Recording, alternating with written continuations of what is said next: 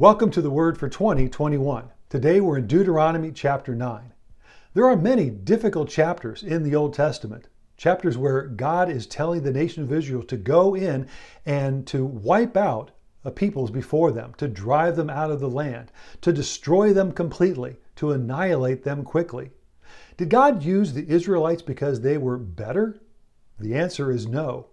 God tells the people in verse 4, "After the Lord your God has driven them out before you, do not say to yourself, 'The Lord has brought me here to take possession of this land because of my righteousness.'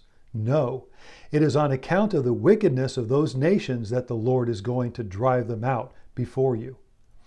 God was using the nation of Israel as his tool.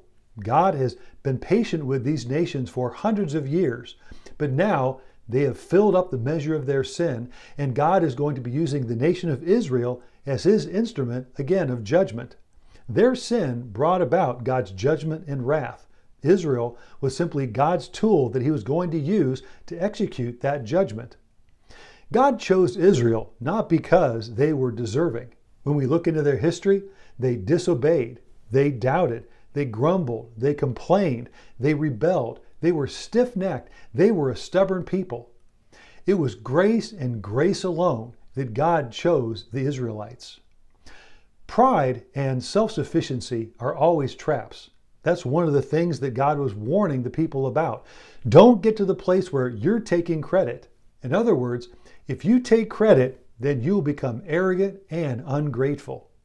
In Proverbs chapter 11, verse 2, we read, "When pride comes, then comes disgrace, but with humility comes wisdom." In Proverbs 16, verse 18, "Pride goes before destruction, a haughty spirit before a fall." God was warning the people, do not become proud. Have a right perspective of yourself. Let me ask you a question. Are you successful? Then the best thing to do is to thank God for the favor that he gave you. Are you wealthy? Thank God for the ability that he has given you. Are you talented? Thank God for the giftings that he has given to you. Are you blessed? Then thank God for his grace. Have you been forgiven? Then thank God for his mercy. When we understand who we are and who God is, then we understand that everything that we are and everything that we have, it's by grace and grace alone. Thank you for joining the Word for 2021.